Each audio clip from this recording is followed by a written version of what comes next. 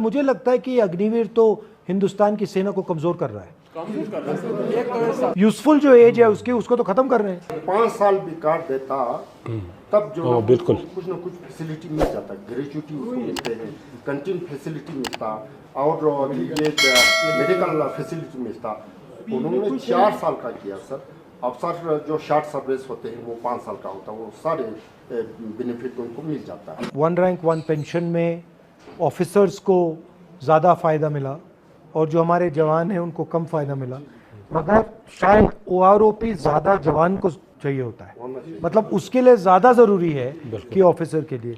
और एंड में लड़ता तो जवान है, ऑफिसर लड़ता है मगर जवान मतलब हज़ारों में जाके लड़ता है।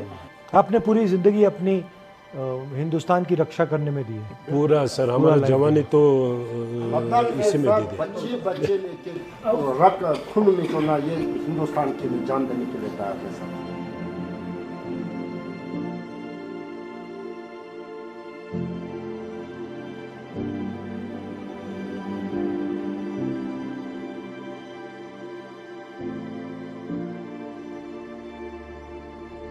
भारत माता की, भारत माता की, भारत माता की।